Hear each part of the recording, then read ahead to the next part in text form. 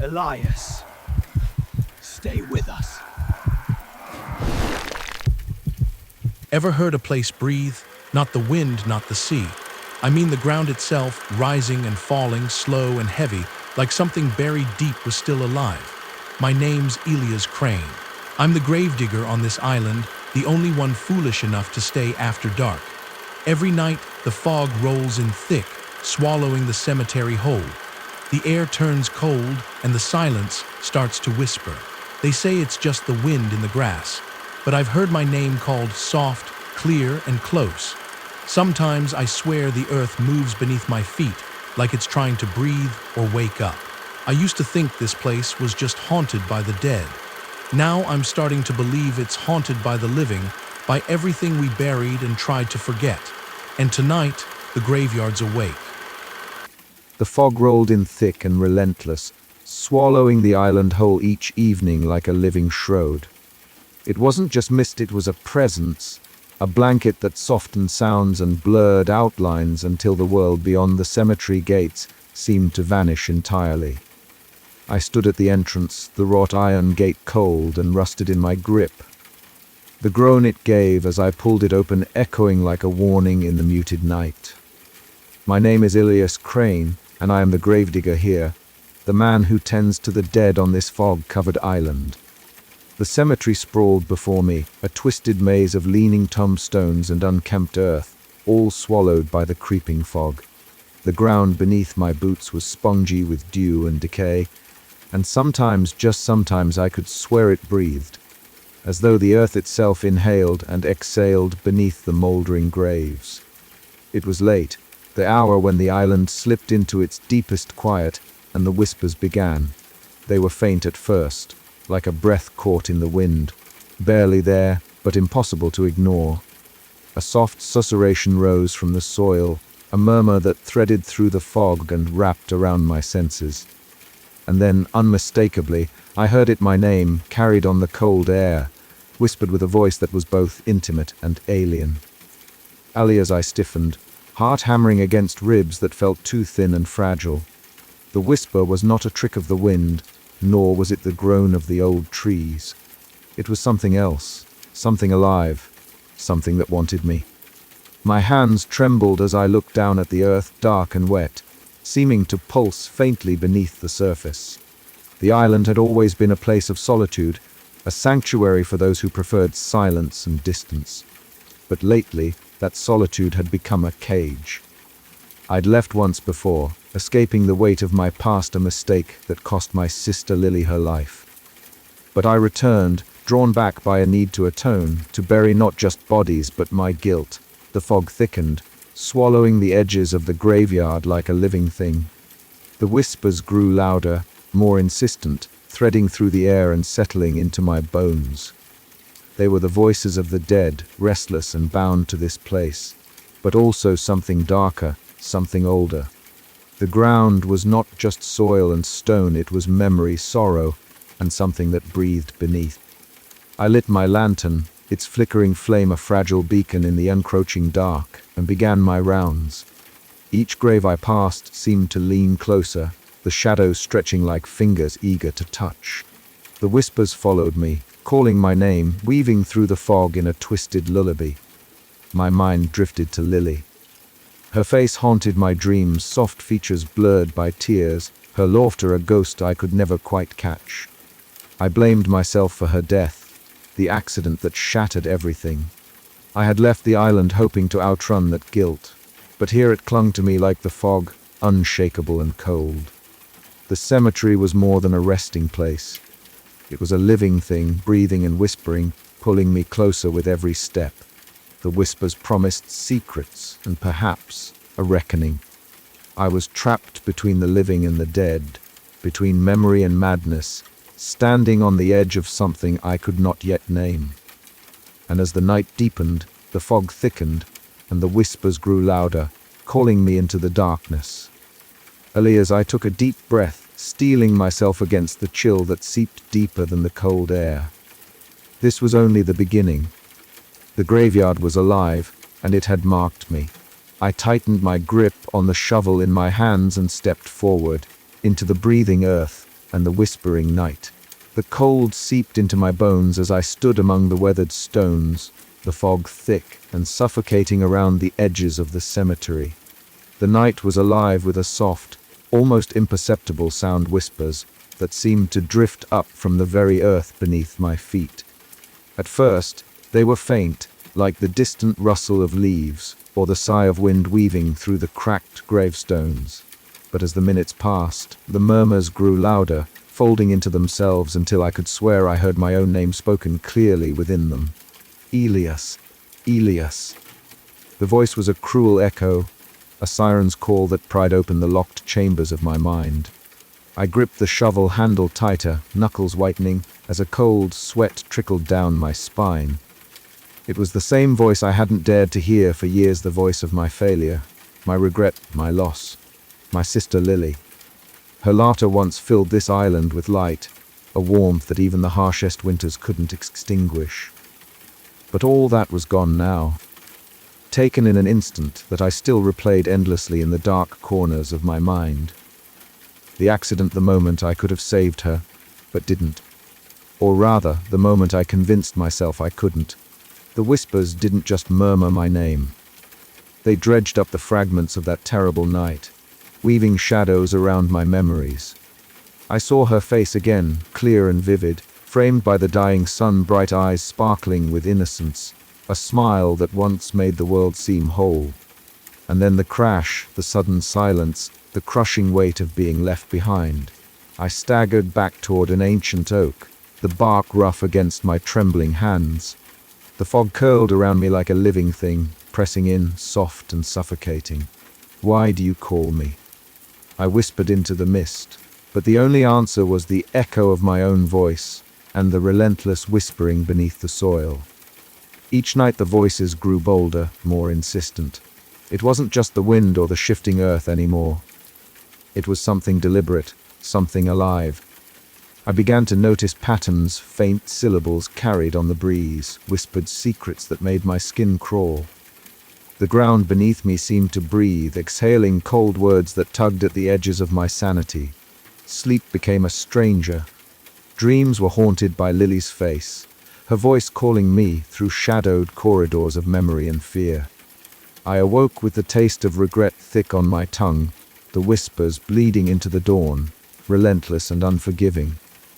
One evening, as the sun dipped below the horizon and the fog thickened to a suffocating blanket, I found myself drawn to a freshly turned grave near the old chapel.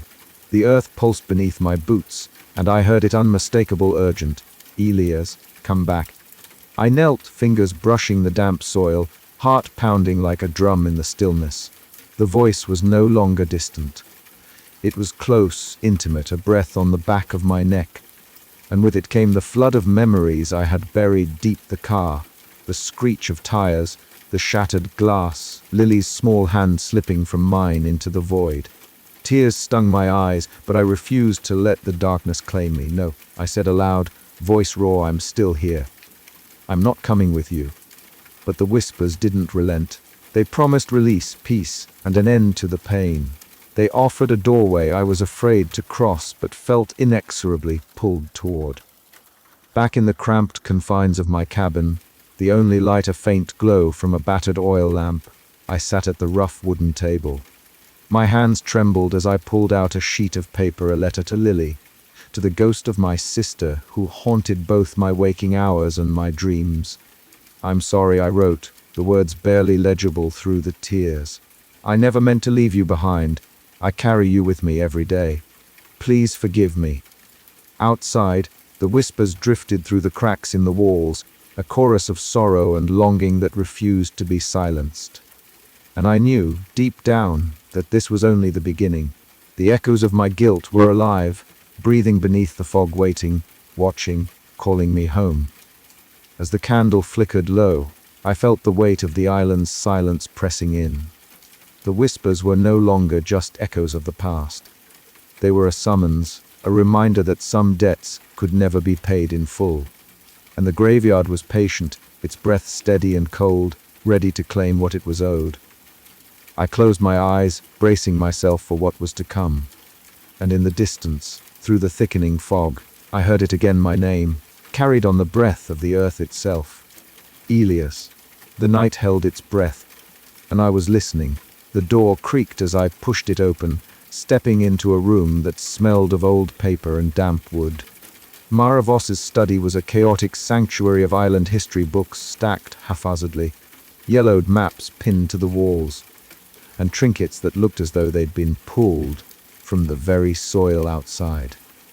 The low light filtered through dusty windows, casting long shadows that flickered with the sway of the ancient oaks outside. Mara looked up from the table, where she was arranging a spread of documents, her sharp eyes meeting mine with a seriousness that immediately set the tone. "Elias," she said, her voice low and deliberate, "you rechasing shadows, but there's more to this island than just whispers in the fog. The dead don't rest here, not properly." I nodded, taking a seat opposite her. The weight of the cemetery's strange murmurs had been pressing me down, gnawing at the edges of my sanity. I needed answers, and Mara was the only one who might have them. She slid a weathered map toward me, its edges frayed and stained. "This is the oldest chart we have of the island," she explained, tapping a finger on the sprawling cemetery at its center. "See these marks? They were places where people have reported strange happenings, voices, shadows, things moving when no one's there." I traced the lines with a finger, feeling the rough texture of the paper beneath my skin. "You think the ground itself is alive?" Mara's lips pressed into a thin line. "Not alive like us, but aware. The island holds its memories in the soil. The dead here aren't silent, they're restless." Her words stirred something deep inside me.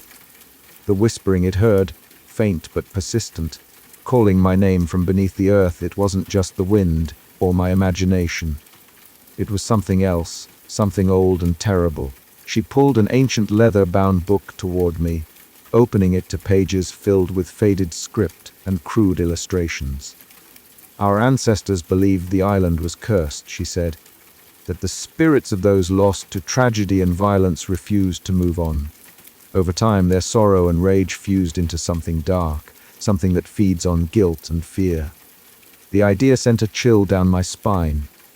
I thought of Lily, her face, her laughter, the accident that stole her from me. Could my guilt be feeding this darkness? Was the whispering shade, as Mara called it, more than just a tale? "There's more," Mara continued, her voice barely above a whisper. "Some say the soil itself breathes. That if you listen closely, the earth exhales the voices of the dead, whispers that can lure the living into their embrace." I swallowed hard, the room suddenly feeling colder. The stories I'd heard from old Tom, the strange sensations beneath my feet, they all connected. I wasn't just digging graves. I was digging into a secret that might consume me. "What can I do?" I asked, desperation creeping into my voice. Mara hesitated before answering. "Knowledge is the first step. Understanding the history, the rituals, the reasons behind the unrest. But be careful, Elias. The more you dig, the deeper you sink." Her warning hung heavy between us as the wind outside picked up, rattling the window panes. I stood, clutching the ancient book to my chest. The fog was thickening, and with it came the faintest murmur, a whisper from the soil that sounded unmistakably like my name. I stepped outside into the encroaching dusk, the island's secrets pressing in around me. The ground beneath my boots felt alive, pulsing with a rhythm I could neither ignore nor understand. Somewhere in the shifting mist, the whispering shade stirred, waiting, watching. And I was no longer sure if I'd find answers or if I was already part of the island's dark story. The whispers were growing louder. The evening had settled over the island like a thick, suffocating blanket, the fog curling around everything with the slow persistence of a living thing. I found my way to old Tom's cabin, a squat, weather-beaten structure perched on the edge of the village, its timbers groaning under the weight of years and secrets. The faint glow of a lantern spilled from the window, casting long, trembling shadows across the rocky path. I hesitated a moment, the cold pressing in my bones as the whispers, soft, distant, almost coaxing, slithered through the mist. Gathering what little courage I had left, I knocked. The door creaked open, revealing old Tom's gaunt face, lined deep with wrinkles and shadowed by a cap pulled low against the chill. His eyes, sharp and wary, flicked over me before he stepped aside wordlessly, the scent of tobacco and damp earth greeting me as I entered. Inside, the cabin was cramped and cluttered, shelves sagging under the weight of dusty books and odd trinkets, remnants of a long life, lived close to the land and its stories. A low fire smoldered in the hearth, casting flickering light that danced across old Tom's weathered features.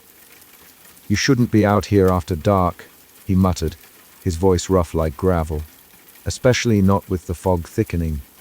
I swallowed hard, the weight of my purpose pressing me forward. I need to know Tom, about the whispers, about the curse this island carries. He stared at me, eyes narrowing, the lines of his face deepening. "You rechasing shadows, Elias. But some shadows are more than just tricks of the light." I took a seat on the worn stool opposite him, the wood creaking beneath my weight. "I hear them every night, calling my name. The ground beneath the graves it breathes. I can feel it." Old Tom's gaze dropped to the floor, then back up, steady and unflinching. "That's no ordinary haunting. The island's got a long memory, longer than any of us. There's a curse settled on this place, born from grief and violence, fed by the restless dead who can't find peace." His words hung heavy between us, the flickering firelight throwing his shadow against the walls like a spectre. "The whispers you hear, they are not just voices. They recalls from something ancient, something hungry. It feeds on guilt and fear, dragging souls down to the earth, binding them here, where death refuses to rest." I felt a chill crawl up my spine, the cabin seeming to close in around me. "How do you know this?" Old Tom shrugged, a gesture heavy with years of sorrow. "I've lived long enough to see friends and family swallowed by those whispers, to hear their names called from the graves, and to watch them walk willingly into the night, never to return." The room fell silent save for the crackling fire and the distant, haunting moan of the wind beyond the cabin walls. Suddenly, a sharp gust rattled the window panes, and the fog pressed closer, as if eager to listen to our conversation. "You have to be careful, Elias," old Tom warned, voice dropping to a whisper. "Once the whispers find their mark, they don't let go." I nodded slowly, the dread settling deep in my chest. "I can't ignore it. Not anymore." He reached into the pocket of his jacket and pulled out a small, worn charm, a simple carved piece of driftwood tied with frayed twine. "Keep this close. It won't save you, but it might give you a moment's grace." I accepted the charm, feeling its rough edges press into my palm, a fragile talisman against the growing darkness. As I stepped back into the fog-choked night, the whispers seemed to swell, curling around me like ghostly fingers. Old Tom's warning echoed in my mind, mingling with the voices from the earth, urging me onward into a mystery darker and deeper than I had imagined. The fog wrapped the island in a suffocating embrace as I made my way through the cemetery, a place where the dead no longer rested easy. The night air was dense, heavy with the scent of damp earth and decayed leaves, and the faint murmur of whispers seemed to rise from the soil itself. I paused beneath the gnarled branches of an ancient oak, its skeletal limbs clawing at the sky like twisted fingers. The whispers grew clearer, more insistent, and then I saw her, Lily. She appeared like a fading candle flame, a pale silhouette shimmering through the thick fog. Her eyes, soft and sorrowful, locked onto mine, and for a moment the world fell away. I could hear her name whispered on the wind, a fragile thread of sound that tugged at the edges of my sanity. "Elias," she breathed, voice barely more than a sigh. The sight of her was both a balm and a blade, stirring memories I had tried so hard to bury. I staggered back, my heart pounding wildly as the apparition flickered and wavered, dissolving into the mist as quickly as she had appeared. But the ache she left behind was real, raw and gnawing. I retreated to my cabin, the cramped space smelling faintly of earth and old wood. Flickering candlelight cast dancing shadows on the walls, while I sifted through a collection of photographs and letters tangled with dust and time. Lily's laughter echoed faintly in my ears, a haunting melody that blurred the line between memory and madness. I traced my fingers over a worn photograph of us as children, her bright smile frozen in time. That smile was the last thing I'd seen before the accident, the moment everything changed. The guilt that had weighed on me since then pressed down like a stone in my chest, unbearable and unrelenting. The whispers weren't just sounds anymore. They were voices from my past, stirring the embers of regret into a roaring fire. Later, under the shroud of midnight, I found myself wandering back into the fog-blanketed cemetery. The ground beneath my feet seemed to pulse, breathing in time with the whispers that now called not only my name but hers as well. Among the gravestones, her figure appeared intermittently, beckoning me closer with a silent plea. I wanted to reach out to touch the ghostly presence, but an icy chill held me back, a warning or a trap, I couldn't tell which. The weight of the past pressed down harder than ever as I sank to my knees beside the oldest grave, clutching the locket she had once worn close to her heart. The air thickened, heavy with unshed tears and unspoken truths. The whispering soil beneath me pulsed like a heartbeat, and Lily's apparition leaned in closer, her voice barely a whisper but full of unbearable sorrow. "Face it, Elias," she urged. "Face what you've hidden." Her words cut through the haze of denial I'd wrapped myself in for so long. The visions were no longer just haunting memories.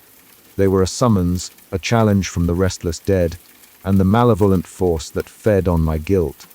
As the fog closed in around me, I realized the path ahead would force me to confront not just the island's dark secrets, but the deepest, most painful parts of myself, and there was no turning back. The night did not end with relief or peace. Instead, it left me trembling on the edge of something vast and terrible, the whispers a constant reminder that death here was restless and demandingly close. I was caught between worlds, between the living and the dead, past and present, guilt and redemption. And in that liminal space, the shadow of Lily's memory loomed large, a beacon and a curse. With dawn still hours away, I knew I had to prepare to face the darkness both outside and within. The whispers had grown louder, their call more personal, and the visions of Lily were no longer simply memories but warnings. Somewhere beneath the breathing earth, the whispering shade waited, patient and hungry, ready to claim what it was owed. And I was the debt it sought to collect. I rose slowly, the locket cold in my palm, and stepped back into the fog. The island was silent now, but the silence was thick with promise and dread. Tomorrow I would seek Mara's counsel again. Tomorrow I would delve deeper into the island's cursed history and my own fractured soul. Tonight, all I could do was listen to the whispers and remember the girl I had lost. The graveyard breathed around me, alive with sorrow and secrets, and I was trapped in its relentless embrace. The line between memory and nightmare blurred, and the weight of my guilt pressed down like the soil beneath my feet, unyielding, eternal, and impossible to escape. But I would try, I had to. For Lily's sake, and for my own, the whispers would not let me rest. The night wrapped the island in its usual cloak of thick fog, a suffocating blanket that blurred the edges of the world and swallowed the distant cries of the sea. I had always known the cemetery to be a place apart, but tonight, as I stepped through the rusted iron gate, a sudden shift in the air made my skin prickle with unease. The ground beneath my boots seemed to breathe, a slow rhythmic pulse that echoed through the soles of my worn leather shoes. I paused, bending down to place my calloused hands on the cold earth. At first, it was subtle, a faint rising and falling, like the chest of a sleeping giant. Then it grew stronger, the soil swelling and receding beneath my fingers, as if inhaling the night itself. Whispers, barely audible at first, swirled through the mist, curling around my ears with urgent insistence. They spoke my name soft and sorrowful, tugging at the raw edges of my memory. Elias. Elias. The voice was both a beckon and a warning. I straightened, heart hammering, eyes scanning the shadowed rows of headstones that stretched into the darkness. The fog thickened, curling like smoke around gnarled branches and ancient mausoleums. Somewhere just beyond sight, a presence stirred one I could feel more than see, a malevolence that pressed against my skin like the cold breath of the grave. I swallowed hard, the taste of damp earth filling my mouth. The whispers grew louder, overlapping voices rising and falling like a dark tide. I could make out fragments of speech, desperate pleas and mournful cries blending with the rustle of dead leaves and the faint drip of moisture from the ancient oaks. Kneeling beside one of the freshly dug graves, I rested my palm against the soil. The pulse beneath my hand was unmistakable, now steady, alive, and frighteningly intimate. It felt as though the earth itself was breathing, a living thing bound to the sorrow and death buried beneath. The sensation sent a shiver racing up my spine, a mingling of terror and fascination that rooted me to the spot. From the depths of the mist, glowing eyes flickered faintly pale embers that danced just beyond the reach of the moonlight. They watched me, unblinking and patient, carrying the weight of centuries of sorrow and rage. The whispering shade had made its presence known. I tried to steady my breath, to push back the rising panic clawing at my mind. But the whispers were relentless, threading through my thoughts like poison vines. They dredged up memories I had tried to bury, the laughter of Lily, the accident, the unbearable silence that followed. The earth seemed to pulse with her sorrow, the weight of my guilt pressing down like the heavy fog. Come, the voices urged. I wanted to run, to flee the island and the nightmare it had become. But some dark thread tied me here, an invisible chain forged from grief and regret. The breathing earth beneath me was a reminder restless death was not at peace, and neither was I. As the whispers grew into a chorus, I realized the ground was not merely alive. It was a conduit, a gateway for the whispering shade to reach into the world of the living. And it was calling me home. I forced myself to rise, wiping the cold mud from my hands. The night around me felt charged, electric with menace. Somewhere in the distance, a branch snapped, and the glowing eyes blinked out of sight. But the dread lingered, a heavy cloak I could not shed. I took a step toward the heart of the cemetery, toward the source of the breathing earth, and the voices that haunted my every waking moment. The island was alive with secrets, and the whispering shade was waiting for me to unravel them. Tonight, the graveyard breathed, and I was its unwilling witness. But what would happen when it exhaled? The whispering soil beneath my feet seemed to pulse in time with my own ragged heartbeat, and I knew the night was far from over. The cramped room smelled of damp earth and old paper, a scent that seemed to mingle with the salt-laden breeze sneaking in through the cracked window. Maravos sat cross-legged on the creaking wooden floor, a leather-bound diary resting on her knees. Her fingers trembled slightly as she brushed centuries of dust from its cover, the brittle pages beneath whispering of long-forgotten sorrows. I watched her in silence, the flickering candlelight casting dancing shadows on the walls, shadows that seemed almost to reach out, eager to consume the secrets held within. This belonged to one of the earliest settlers, Mara explained quietly, her voice threaded with reverence and unease. A man named Jonas Harker. He was a gravedigger here long before me, long before you. I felt a cold knot tighten in my stomach. The island's past had always been a shadowy presence at the edge of my thoughts, but now, with Mara holding this relic, it felt dangerously close, almost alive. She opened the diary carefully, revealing pages yellowed with time and scrawled with frantic, cramped handwriting. The first entry was dated nearly 2 centuries ago, and as Mara read aloud, her voice dropped into a whisper. The earth breathes beneath us, restless as the souls it holds. The dead whisper in the fog, calling names we dare not answer. Those who listen too closely find their lives unraveling, drawn into the shade that feeds on sorrow. A shiver ran down my spine. The words echoed the whispers I'd heard in the dead of night, the voices that clawed at the edges of my mind. But here, in this fragile book, they were more than mere hallucinations or superstition. They were a chilling testament to the island's cursed legacy. Mara turned the pages, revealing more entries that painted a grim picture of the island's history. Tales of settlers lost to madness, families torn apart by grief, and an ever-present darkness that seemed to seep from the very soil. The diary spoke of a shadowy entity, a malevolent force that fed on the guilt and fear of those who lived here, binding them to the graveyard's eternal torment. The whispering shade, Mara murmured, closing the diary gently. It's not just a legend, it's real. It's been here all along, feeding on the pain, growing stronger with every soul it traps. I swallowed hard, the weight of her words settling over me like a suffocating fog. The whispers weren't just noises in the night. They were the breath of something ancient and hungry, something that had marked me long before I even returned to this island. We sat in silence, the only sound the occasional crackle of the candle flame. Outside, the fog pressed against the windows like a living thing. Then, a sudden gust rattled the panes, snuffing out the light and plunging us into darkness. In that instant, the whispers rose, louder and more insistent, as if awakened by the diary's revelation. "We have to be careful," Mara said, her voice barely more than a breath. "Knowledge is a double-edged sword here. But we need to understand it if we were going to stand a chance." I nodded, though my heart pounded with a mix of dread and determination. The path ahead was darker than ever, but now I knew what I was facing.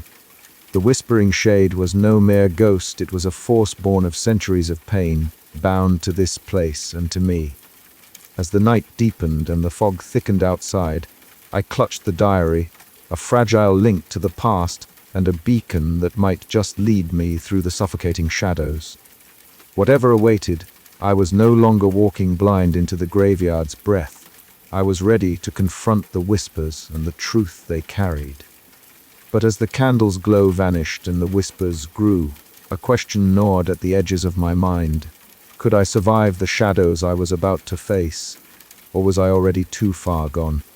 The diary had opened a door, and there was no turning back now. The night had settled over the island like a thick, suffocating shroud, the fog curling and coiling among the gravestones like living tendrils. I stood at the edge of the cemetery, the cold dampness seeping through the soles of my boots, and listened.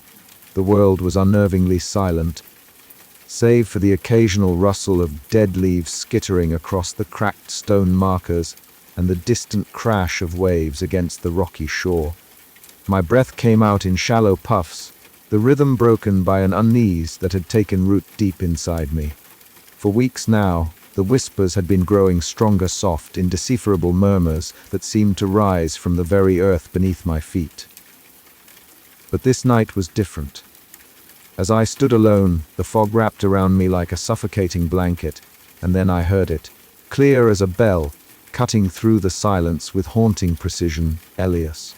I froze, my name spoken from beneath the soil itself, echoed faintly but unmistakably. The hairs on the back of my neck stood erect, and my heart hammered against my ribs like a desperate prisoner. I wanted to convince myself it was a trick of the wind or my own fractured mind playing cruel games. But no, the voice was real. It was calling me. The cemetery stretched out before me, a graveyard suspended in time and shadow, the headstones mottled with moss and age, their inscriptions worn to illegibility. The ground beneath them seemed to pulse subtly, as if breathing, inhaling the cold night air and exhaling secrets long buried. I took a hesitant step forward, the damp earth sinking slightly underfoot. Another whisper rose, this time more urgent, whispering my name again, "Elias, Elias." I reached down instinctively, pressing my ear against the soil, the chill seeping through my gloves. The voice was there, soft, desperate, impossibly close. It was like the earth itself was alive, speaking directly to me. I struggled to steady my breath, to hold on to reason in the face of something that defied all logic. A sudden shiver ran through me as a cold breath brushed my neck. I spun around, eyes straining through the fog, but there was nothing. Only shadows that seemed to flicker and dance at the edges of my vision, shadows that didn't quite belong. The glowing eyes appeared faint, malevolent pinpricks of light that slipped and shifted like smoke among the tombstones. The whispering shade was watching, waiting, and it had found me. Fear gnawed at my mind, but so did a strange, twisted fascination. What did it want? Why was it calling me? I had always known the island held secrets, dark and deep, but this was something else. The ground beneath me seemed to pulse with a rhythm all its own, a heartbeat of earth and sorrow, pulling me closer. The whispers grew louder, an unbearable chorus of voices rising from the graveyard's depths, each one calling my name, begging, pleading, threatening. My hands trembled as I stepped back, struggling to break free from the magnetic pull of the voices. The cold fog wrapped tighter, pressing against my skin, and I felt as though the earth were breathing against my face. The line between the living and the dead blurred, and I realized I was caught in the eye of a storm that had been brewing for centuries. I wanted to run, but my feet felt rooted to the spot, the soil gripping me like a lover's embrace too fierce to escape. Then, a single thought pierced through the fog of fear. If I did not face this, if I did not answer the call, I would be lost forever. The whispers were no longer just echoes. They were a summons, and I was the one they wanted. Elias, the voice breathed again, softer this time, almost tender. I swallowed hard, feeling the weight of 1,000 unseen eyes upon me. Somewhere deep inside, a spark of defiance ignited. I would not be taken without a fight. But the question remained, what awaited me beyond the veil of whispers and shadows? And could I survive the truth that the island and its restless dead had in store? The night stretched on, endless and oppressive, as I stood alone in the cemetery, the soil beneath me alive with secrets. The first call had come, and the game had begun.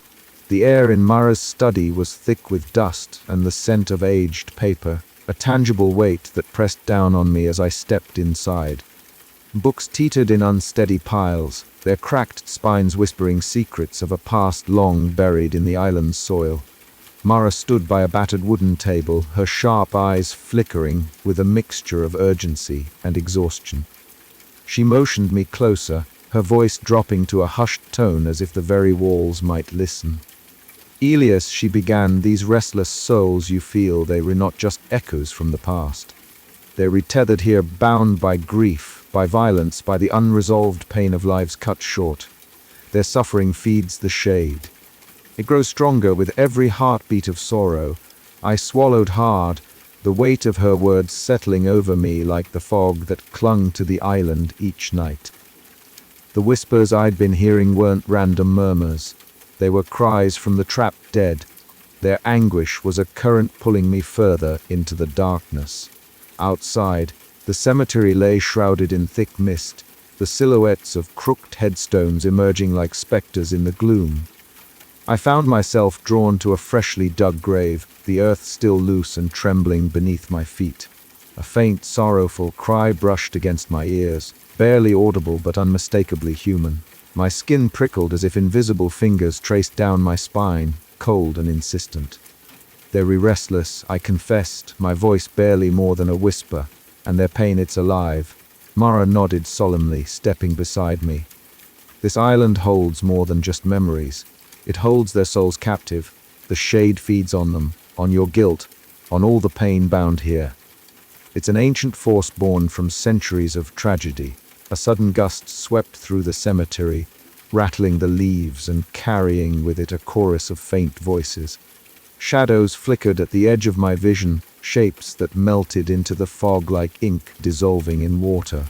Then briefly, two faintly glowing eyes pierced the mist, the unmistakable signature of the whispering shade. I blinked, heart hammering, and when I looked again, the eyes were gone, swallowed by the night. Back in Mara's study, the atmosphere was charged with a tense energy. Papers fluttered as the wind slipped through a cracked window, scattering her notes like restless spirits desperate to be heard. I clenched my fists, the weight of the island's torment settling deep in my bones. We were running out of time, Mara said quietly. The shade's hunger is growing. If we don't find a way to sever these ties, it will consume more than just souls. It will consume you." Her words echoed in my mind as the whispers swelled once more, now a haunting lullaby that called my name. I was tethered to this place, to these souls, to this curse. There was no turning back, but as the night deepened, so did my resolve. I would face whatever darkness lurked beneath the earth. I would confront my guilt, the island's history, and the whispering shade itself. For if these restless souls could not find peace, neither could I. The shadows pressed closer, the whispers louder, and the island waited for me, for the truth, for the reckoning that was yet to come. The fog lay thick and suffocating over the island that night, winding its cold tendrils through the ancient cemetery like a living thing. I sat on the cold stone of a weathered grave marker, my breath visible in the chill air, watching as the mist curled and danced in the faint moonlight. The whispers had grown louder again, more pressing, swirling around me like a chorus of desperate voices. They weren't just sounds anymore. They were fingers clawing at the edges of my sanity. The ground beneath me seemed to pulse, a slow, steady rhythm that matched the pounding in my skull. I could feel the weight of the isolation pressing down, heavier than the fog itself, as if the island was conspiring to squeeze the life from me. Days had blurred into nights without distinction. The echoes of my footsteps were the only company I allowed myself, but even then, the whispers slithered just beneath the surface of sound. They called my name, sometimes soft, sometimes sharp, as if the earth itself remembered me and refused to let go. I tried to tell myself it was just the wind, the settling of old soil, but the way those murmurs wove through the fog told a different story. Inside my cabin, the walls seemed to close in. The flickering candlelight cast long, twitching shadows that mocked my every movement. I sat motionless, staring at the wavering flame, willing it to burn steady and bright, but the darkness always crept back in. The whispers followed me here, too quiet now, but no less persistent. They filled the silence between heartbeats, a constant reminder of what I couldn't escape. One night, as the fog thickened to a nearly impenetrable whiteness, I heard it again, a soft, tentative footstep behind me. I spun around, heart hammering against my ribs, but there was nothing, just the empty stretch of the cemetery, gravestones poking through the mist like jagged teeth. My own breathing felt loud, intrusive. The silence that followed was almost worse, stretching out, thick and expectant. I knew the island was watching, waiting, and I was alone. Mara came that afternoon, her sharp eyes cutting through the grey as she stepped onto the rutted path leading to my cabin. Her presence was like a sudden gust of wind, stirring the stale air and bringing a flicker of warmth to the cold place I'd made my refuge.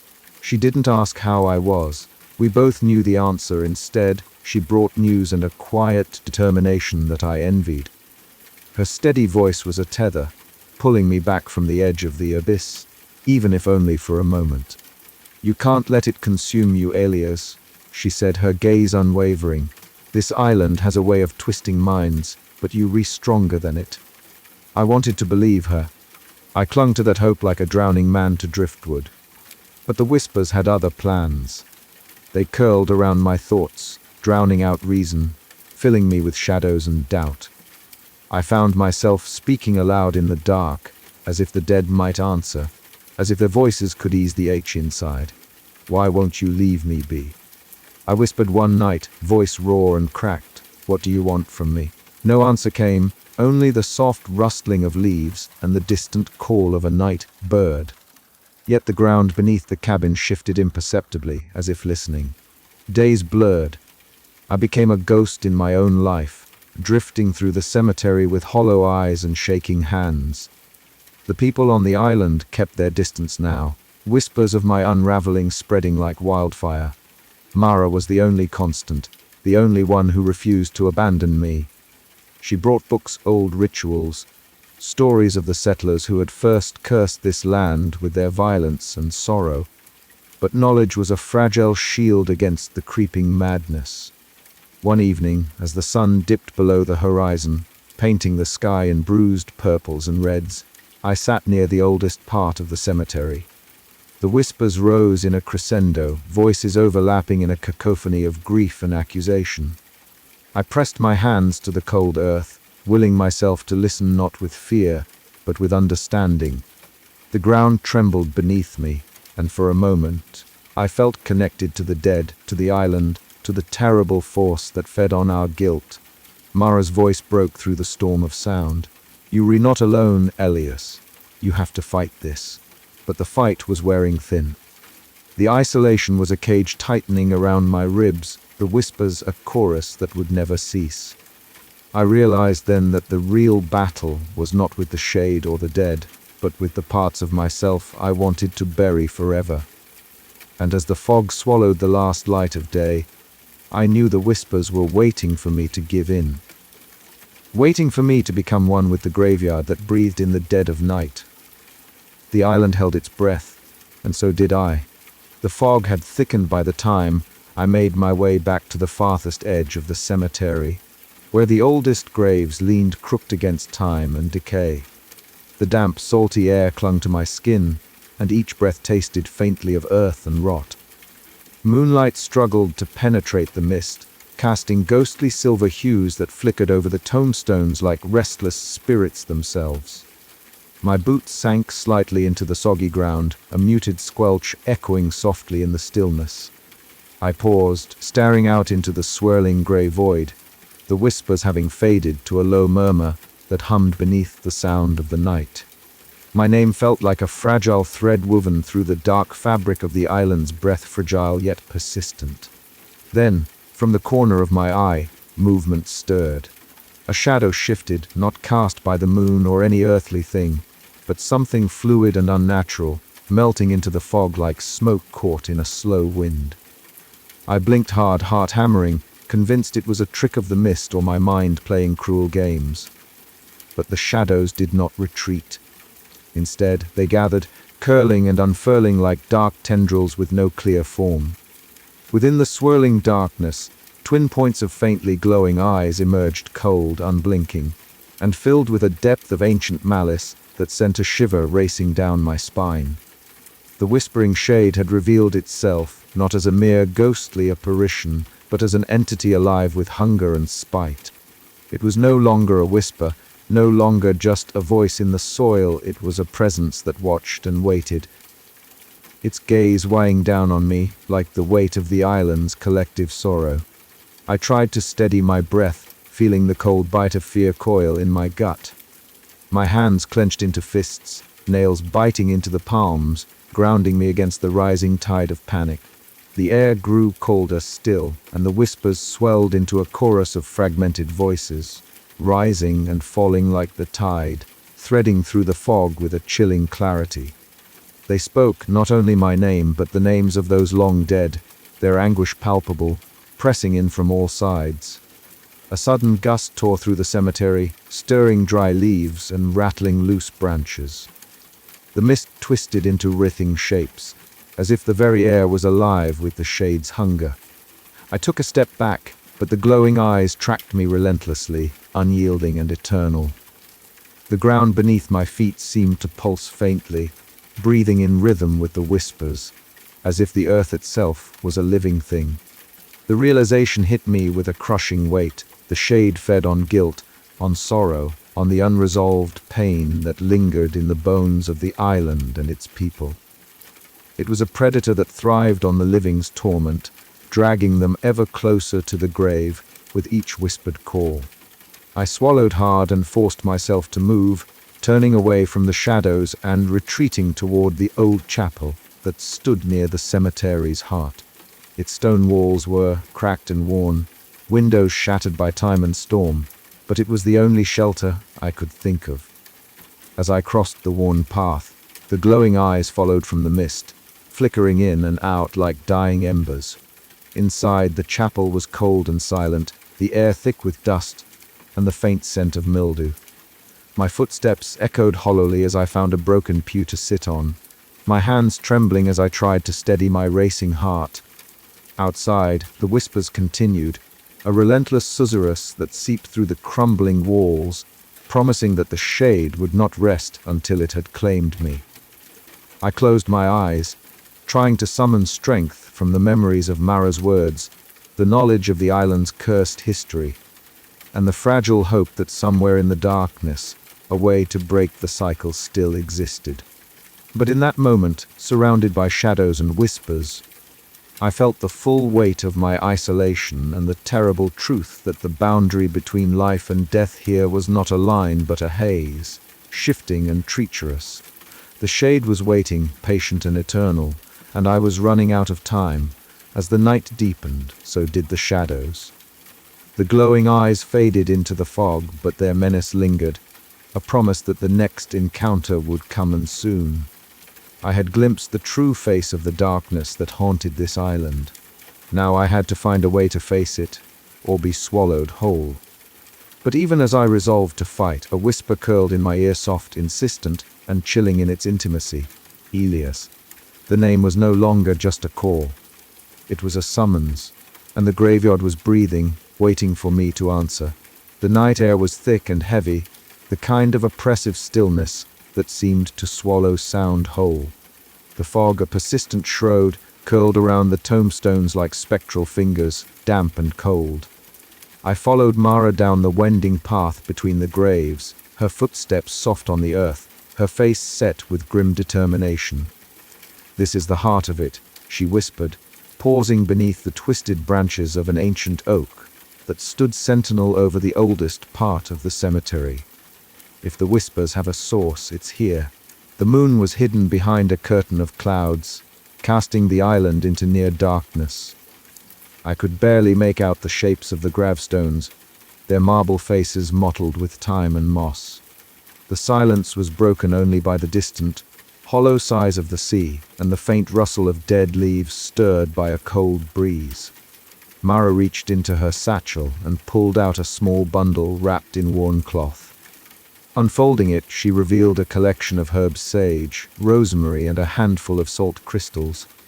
Her hands moved with practiced precision as she scattered the salt in a wide circle around us, the crystals catching what little light there was and glinting like tiny stars against the dark soil. "Salt is a boundary," she explained softly. "It keeps the restless at bay, at least for a time." I knelt beside her, the damp earth cold against my knees. The whispers were faint but persistent, a low susurration that seemed to crawl up from the ground itself. They called my name, weaving through the fog and penetrating the silence like a poison. Mara began to chant, her voice low and melodic, carrying the cadence of a language I didn't understand but felt deep in my bones.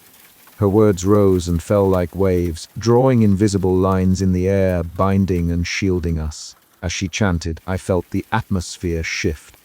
The whispers faltered, their insidious call losing strength. The fog seemed to recoil slightly, as if the ritual carved a small sanctuary amidst the oppressive gloom. A tremor of relief surged through me, fragile and tentative. I glanced at Mara, her eyes closed in concentration, her dark hair pulled back tightly. There was a fierce hope in her stance, a belief that this ancient rite could hold back the darkness, even if only momentarily. Minutes stretched, the night holding its breath. Then, gradually, the whispers that had clung to my mind loosened their grip. The voices faded into silence, replaced by the gentle rustling of leaves and the distant call of a night bird. For the first time in what felt like an eternity, the cemetery was still. The salt circle glowed faintly in the moonlight that broke through the clouds, a fragile barrier against the creeping shadows. Mara opened her eyes and a wary smile touched her lips. "It's working," she said, "but we can't rely on it forever. The shade is patient." I nodded, feeling the weight on my chest ease. The ritual had not banished the darkness, but it had carved out a moment of peace, a brief respite where I could breathe without the whispers clawing at my sanity. "Thank you," I said quietly. "I don't know if I could face another night without this." She placed a steady hand on my shoulder. "You're stronger than you think, Elias. But you will need every ounce of that strength for what's coming." As dawn's first pale light pierced the horizon, the fog began to lift, revealing the jagged outline of the island's cliffs and the restless sea beyond. The cemetery lay quiet behind us, its breath stilled for now, but I knew the peace was precarious. The ritual had given me hope, a fleeting clarity amid the shadows. But the whispering shade was still out there, lurking beneath the earth, waiting. And I had to be ready to face it, no matter the cost.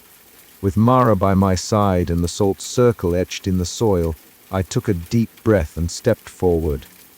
The silence around me a fragile promise that I would fight for the island, and for myself until the very end. The night was still young, and the whispers would return, but for now I had a moment to gather my resolve. The graveyard that breathed in sleep had been quieted, if only for a time, and that was enough to keep me going. But as the sun climbed higher, shadows lengthened, and a chilling certainty settled in my bones. The battle was far from over, and the whispers had only just begun their slow, relentless call. The night weighed heavily on me, thick as the fog that clung to the island's bones. The candle flickered in the corner of my cabin, casting shadows that danced like memories I could not outrun. I sat at the rickety wooden table, clutching a photograph worn smooth by years of trembling fingers.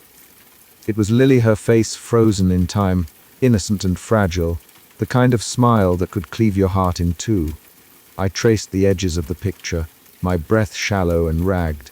The whispers had grown louder these past nights, their soft murmurs curling around my mind like smoke. They weren't random anymore. They were calling me out, pulling me back to that day, the day everything shattered. The accident.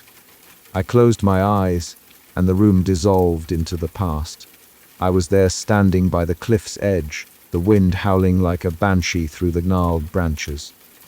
Lily had been running ahead, laughter bright and unguarded, unaware of the treacherous ground beneath her feet. I shouted, my voice cracking, but it was too late. The earth gave way, and she was gone, swallowed by the unforgiving shadows below. The memory was a jagged scar, raw and bleeding.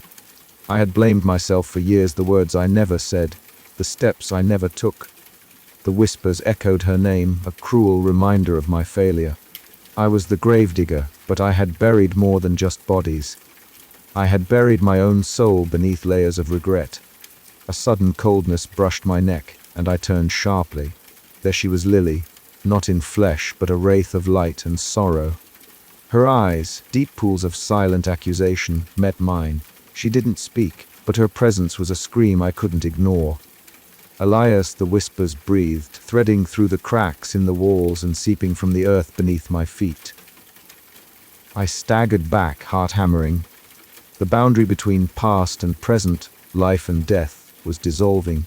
The island was alive with grief, and it held me captive. Days later, Mara's knock shattered the bleak silence. She looked at me with those sharp, steady eyes, a beacon amid the storm. You have to face it, she said softly, stepping inside. The whispers, the guilt, it's all tangled. But you can't run from yourself anymore. Her words were a bomb, fragile but real. Together, we sifted through old journals, letters, and records, fragments of other lives lost to the island's dark embrace. The history was stained with sorrow, a tapestry of pain that fed the shade's hunger. As I stared into the fog-shrouded cemetery again, the soil beneath my boots pulsed faintly, a heartbeat of darkness. The whispers were no longer just voices. They were a force, relentless and insidious, binding me tighter to this cursed ground. But beneath the weight of despair, a spark flickered. Acceptance was not surrender, it was the first step toward breaking free. The shadows lengthened, and the night deepened, but for the first time in a long time, I felt a sliver of resolve. The past was a grave I could no longer avoid digging up, and the whispers, they would have to wait. The night held its breath, waiting for my next move. The night had thickened around me, the fog curling like smoke through the gnarled branches and settling heavily over the cemetery. I stood still among the rows of weathered headstones, their inscriptions blurred by time and moisture. The damp earth beneath my boots exhaling a cold breath that chilled me to the bone. The whispers were growing louder now, not just distant murmurs, but a persistent, insistent calling that seemed to seep up through the soil itself. I knelt down, placing my hands on the cold ground, the dirt damp and soft beneath my fingers. At first, it was just the chill of the earth, but then a strange sensation began to pulse beneath my palms, a rhythmic throbbing, like the slow, steady beat of a heart hidden beneath layers of dirt and stone. My breath hitched, and a shiver ran down my spine. The cemetery was alive, not in any natural sense, but with something darker, something ancient and hungry. The whispering voices rose again, curling around me like tendrils of fog, swirling and thickening until they nearly drowned out the sound of the waves crashing against the island's jagged cliffs. I could hear my name, clear and unmistakable, echoing from beneath the soil. Elias, Elias. I pulled back my hands, the earth pulsing still, but now accompanied by a sensation of movement beneath the surface. The ground seemed to shift, as if something was stirring, restless and eager to be free. My heart pounded in my chest, the weight of years of guilt and sorrow pressing down on me like the heavy fog. A sudden stirring of shadows caught my eye. Along the edges of the gravestones, the mist seemed to darken and ripple. Shapes formed, amorphous and shifting, with faintly glowing eyes that pierced the gloom. They flickered in and out of sight, elusive yet unmistakably watching, waiting. The whispering shade was revealing itself, no longer content to lurk in the background. I swallowed hard, forcing myself to stay rooted in the moment. The earth beneath me was more than a resting place for the dead, it was a conduit, a vessel for the shade's terrible power. Every pulse of the soil was a heartbeat in its twisted rhythm, every whisper a thread in its binding spell. My mind raced as I pieced together the fragments of what Mara had told me, the restless spirits, the ancient curses, the collective sorrow that fed this malevolent force. The cemetery was a prison and a predator, trapping souls and feeding on their pain. And now it was using me, pulling me closer with every breath it exhaled from the ground. I stood slowly, my hands trembling but my resolve hardening. This was no longer just a place of death, it was a battleground. If the earth itself could pulse with this dark energy, then perhaps understanding its rhythm could be the key to fighting back. But the cost would be high. The whispering shade was patient and relentless, born of centuries of anguish and violence. I took a deep breath, the fog thick around me, and whispered back into the night. I'm not yours to take, not yet. The soil pulsed once more beneath my feet, a slow, steady beat that echoed in my bones. The whispers softened, retreating into the earth for now, but I knew it was only a reprieve. The graveyard was alive, and it had marked me. The question was whether I could survive what was coming. As I retreated from the heart of the cemetery, the fog seemed to close in tighter, the shadows watching and waiting. The pulse of the earth followed me, a reminder that beneath the stillness, the graveyard breathed, and it was far from silent. I had uncovered a terrible truth tonight. The ground beneath the graves was not merely soil and stone, but a living, breathing entity entwined with the whispering shade. It was a dark heart beating beneath the island, feeding on guilt, sorrow, and death. And I was caught in its rhythm, a prisoner to its pulse. The path ahead was uncertain and fraught with peril, but I could no longer deny what I felt beneath my skin, and heard in the whispers, carried on the fog. The cemetery was alive, and I was part of its story now, whether I liked it or not. I tightened my coat against the chill, and turned toward the edge of the island, where Mara waited with answers and perhaps a way to fight back. The cemetery's pulse was a warning and a challenge, and I was ready to listen. The night settled over the island like a suffocating shroud, thick fog curling around the twisted headstones and gnarled trees of the cemetery. I stood at the heart of that breathing earth, the soil beneath my boots trembling with a life of its own. The air was sharp, biting, and cold enough to steal the breath from my lungs. It was as though the island itself was holding its breath, waiting. I gripped the handle of my shovel tighter, knuckles whitening as the whispers grew louder, more insistent, no longer mere murmurs, but voices that clawed at my sanity. They spoke my name over and over, a relentless chant echoing from the soil. Elias. Elias, from the depths of the fog, the whispering shade emerged. It was not a shape but a shifting mass of shadow and mist, eyes glowing faintly like embers in the dark. The very ground seemed to pulse with its presence, the earth exhaling a cold breath that chilled me to my core. This was the moment I had dreaded, yet prepared for a confrontation, not just with a spirit, but with the embodiment of the island's sorrow and my own guilt. "I know what you want," I said, my voice trembling but resolute, cutting through the oppressive silence. "You feed on guilt and fear. You want to claim me like the others. But I'm not ready to go, not yet." The shade rippled, a low moan emanating from the soil as it responded not with words, but with images flooding my mind. Faces of the dead, twisted in pain and rage. Memories of the island's darkest tragedies. And then my sister Lily, her face pale and ghostly eyes accusing. The weight of my failure pressed down on me, threatening to crush what remained of my resolve. I staggered but forced myself upright.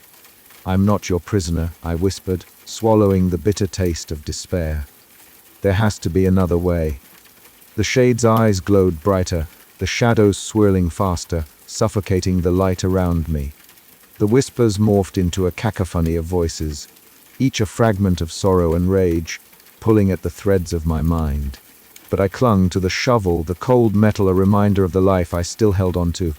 "What do you want from me?" I demanded, voice cracking but fierce. The shade's presence shifted, and for a fleeting moment, I sensed something beyond malice, a hunger born from centuries of pain and loss. It was not evil in the simple sense, but a force sustained by the unresolved anguish of every soul buried in the ground beneath us. "I seek release," I said aloud, surprising myself with the words. "If there's a way to break this cycle, tell me." The whispers softened, the soil stilled, and the shade's eyes dimmed slightly. The night around me held its breath again. Then slowly the soil seemed to draw back, the shadows receding into the mist. Exhausted, I sank to my knees, the fog swirling thickly around me. I had faced the darkness and bargained for my life, but I knew this was only the beginning. The shade was patient, eternal. It would wait, and I had to be ready for its next summons. As dawn threatened the horizon, I rose, the weight of the earth still heavy on my shoulders. The whispers faded to a low murmur, but their echo lingered in my mind, a haunting reminder that the battle for my soul was far from over. And somewhere deep beneath the ground, the shade waited, watching, breathing, and biding its time. The graveyard had spoken, and I had answered. But would my answer be enough? I clutched my shovel tighter, stepping away from the trembling earth as the first pale light of morning seeped through the fog, knowing that the desperate bargain I had made tonight might be the only thing standing between me and eternal darkness. The night had tested me, and though I had not yet fallen, the path ahead was shrouded in shadow and dread, promising more whispers, more visions, and the unrelenting pull of the graveyard that refused to let me go. I would need every ounce of strength and every shred of courage to face what was coming next. The low light in Mara's study flickered as the evening wore on, shadows dancing across the scattered relics of a past long buried beneath years of salt, fog, and grief. The air was thick with the scent of old paper and damp wood, a fitting atmosphere for the secrets she was about to unfold. I sat opposite her, my hands trembling slightly as they rested on the worn surface of the table cluttered with yellowed maps, brittle diaries, and artifacts from the island's earliest days. "You need to understand," Mara began, voice steady but heavy with the weight of what she was about to reveal. "This island's curse didn't come from nowhere. It's born from the blood and sorrow of generations." I leaned in, my heart thudding with a mix of dread and desperate hope. The whispers beneath my feet had grown louder these past weeks, no longer just faint murmurs, but a persistent call that gnawed at my sanity. I needed to know what I was truly facing. Mara spread a brittle manuscript out before me, its edges frayed and ink faded. "The first settlers, your ancestors, Elias came here seeking a fresh start. But the island wasn't welcoming. Tragedy struck early. A feud erupted between the founding families, fueled by jealousy, greed, and fear. It tore the community apart like a storm ripping through the trees. Her fingers traced the names on a faded family tree, pausing over the branches that connected to my own lineage. I swallowed hard, feeling the cold grip of history tighten around me. They fought over land, over promises broken, over the very survival of the island. Blood was spilled, innocents and guilty alike. A sudden gust rattled the window panes, as if the island itself shuddered at the mention of those dark deeds. The whispers seemed to creep in, carried by the wind, threading through the cracks and settling around us like a living presence. Mara's eyes flickered toward the window, her expression hardening. That violence seeded something terrible, she continued. The whispering shade is no mere ghost, it's the embodiment of all that sorrow, rage, and guilt left unresolved. It feeds on the pain of the lost, binding them here, and it grows stronger with every death that goes unacknowledged. I felt the weight of her words settle in my chest like a stone. The cemetery wasn't just a resting place, it was a crucible for the island's anguish, a living trap for souls caught between life and death. The ground beneath my feet, the very earth I dug and tended, was tainted with centuries of torment. And the whispers? I asked, voice barely above a whisper. They were the shade's call, Mara said grimly, a summons for those burdened with guilt like you. It knows your pain, Elias, it hungers for it. Silence fell between us, thick and suffocating. I stared down at the family tree again, the names blurring as memories surged. My sister Lily's face flickered in my mind, her laughter, the accident, the crushing guilt that drove me away from the island and back into this nightmare. Is there a way to stop it? I asked, desperation creeping into my tone. Mara met my gaze, eyes fierce. There's always a way, but it's dangerous. You have to confront the past, accept the truth buried in the shadows. Only then can the cycle be broken. Outside, the fog thickened, swallowing the dying light of day. The whispers seeped through the cracks in the window, soft yet insistent, a reminder that the island's curse was far from over. I clenched my fists, feeling the sting of dirt beneath my nails, the pulse of the earth beneath me. This was no longer just about survival. It was about redemption for me, for the island, for the restless souls trapped in the soil that breathed beneath us. The night stretched on, and as Mara continued to recount the island's tragic history, I realized the path forward would demand everything I had and more. But I was ready, or at least I hoped I was, because the whispering shade was no longer just a distant menace. It was a presence woven into the very fabric of the island's cursed heart, and it was coming for me. The night was a suffocating shroud, thick fog curling around the twisted iron crosses like ghostly fingers trying to pull me under. Each breath I took was heavy with moisture and the faint scent of damp earth, the graveyard's signature perfume, a reminder that I was never far from death. The whispers had started again, not just faint murmurs, but a relentless tide washing over my thoughts, drowning out reason. I stumbled forward, boots sinking slightly into the soft soil, each step accompanied by the low, shivering breath of the earth beneath me. The voices were louder now, layered in a maddening chorus that teased and tormented. They called my name Elias, but it was never a simple summoning. It was a question, a demand, a cruel echo of every regret that clawed at my soul. My hands trembled as I pressed them to my temples, desperate to quiet the storm within my mind. "Stop," I whispered hoarsely, but the voices only surged, twisting my memories into grotesque shapes. The tragic image of Lily flashed before me, her bright eyes dimmed in the haze of that terrible day, the accident that I could never undo. The weight of that guilt was no longer just a burden. It was a living thing, gnawing at the edges of my sanity. Suddenly, the world shifted. The fog thickened, and the cemetery around me blurred and dissolved into a twisted dreamscape. Lily was there, pale and translucent, her form flickering like a candle flame in a draught. Her eyes held an unspoken sorrow, but also a strange calm. "You don't have to carry it alone," she said softly, her voice both a balm and a blade. The whispers aren't just torment. They want release. I reached out, but my hand passed through her like mist. How, I asked, voice cracking. Her form wavered. By facing the darkness within. The vision shattered, and I found myself gasping on the cold ground.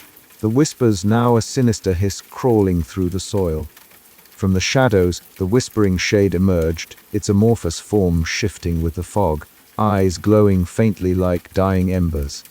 It reached for me, tendrils of shadow curling around my ankles, dragging me toward the earth. "You belong here," it murmured with a voice like 1,000 sighs. "Your guilt feeds me, your sorrow binds you." Panic surged through me, igniting a desperate fight. I clawed at the ground, breaking the shade's grip momentarily. But the hallucinations deepened. The trees twisted into monstrous shapes, and the graves seemed to open their mouths in silent screams. My mind teetered on the edge of oblivion. In the midst of the chaos, a fleeting thought anchored me: Mara's fierce determination, her belief that this cycle could be broken. Clinging to that hope, I forced myself to stand, pushing back against the darkness that threatened to consume me. The whispers faltered, the shade recoiling as if stung.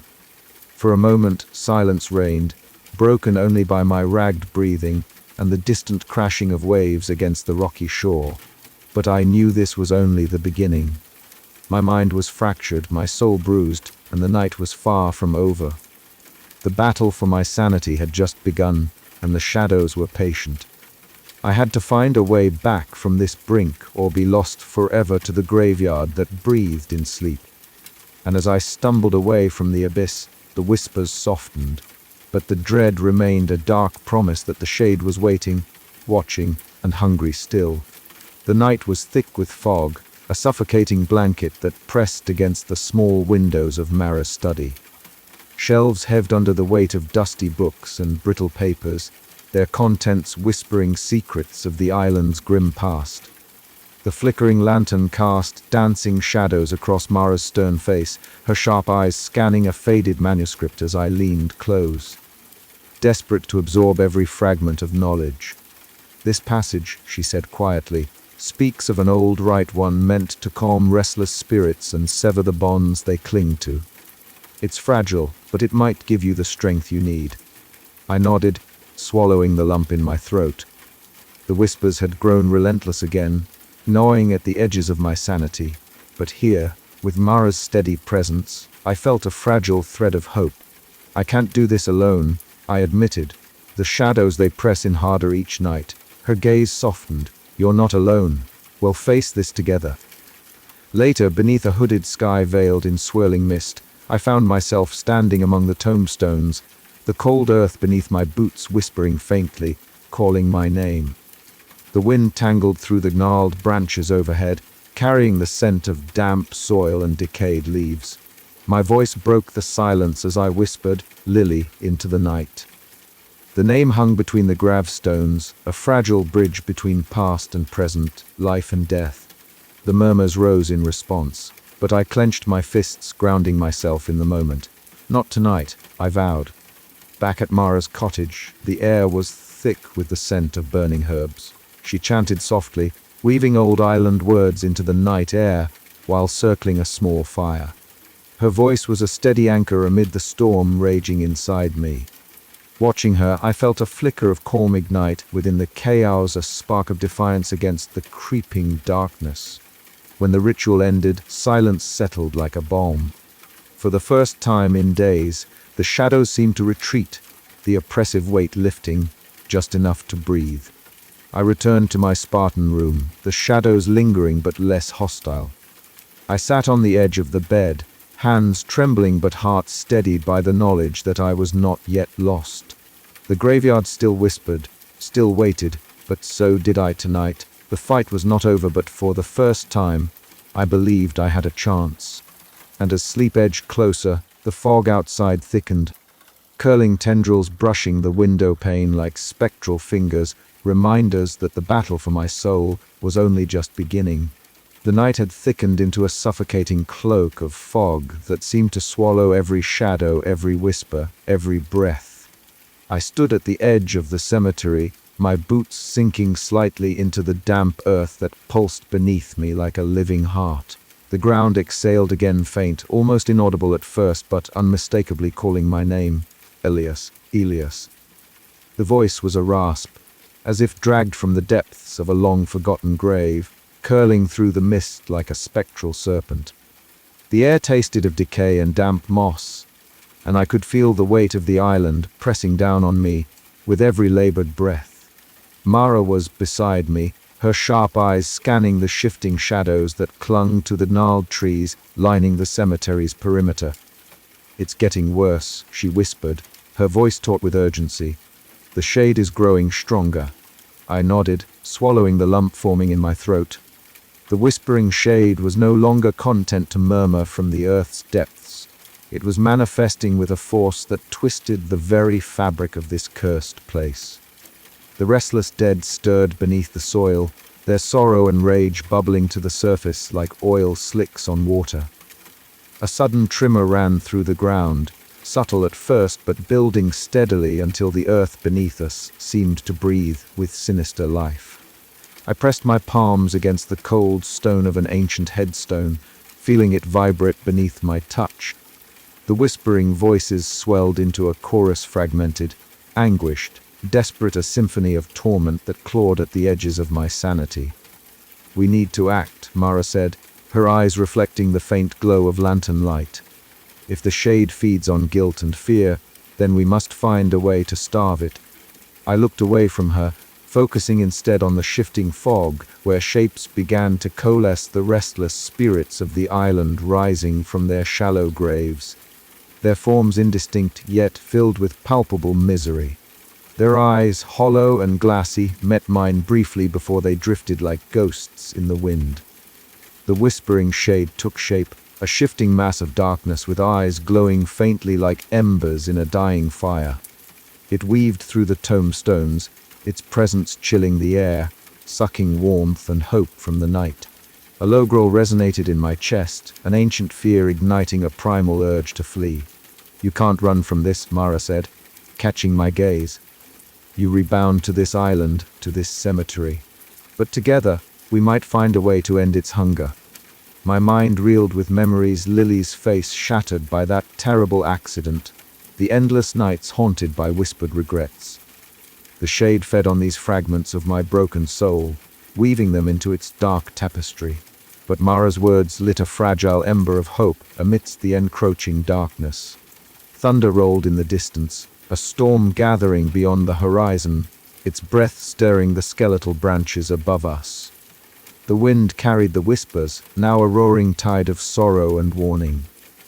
The island itself seemed to brace for the final reckoning, the boundaries between the living and the dead fraying under the shade's relentless assault.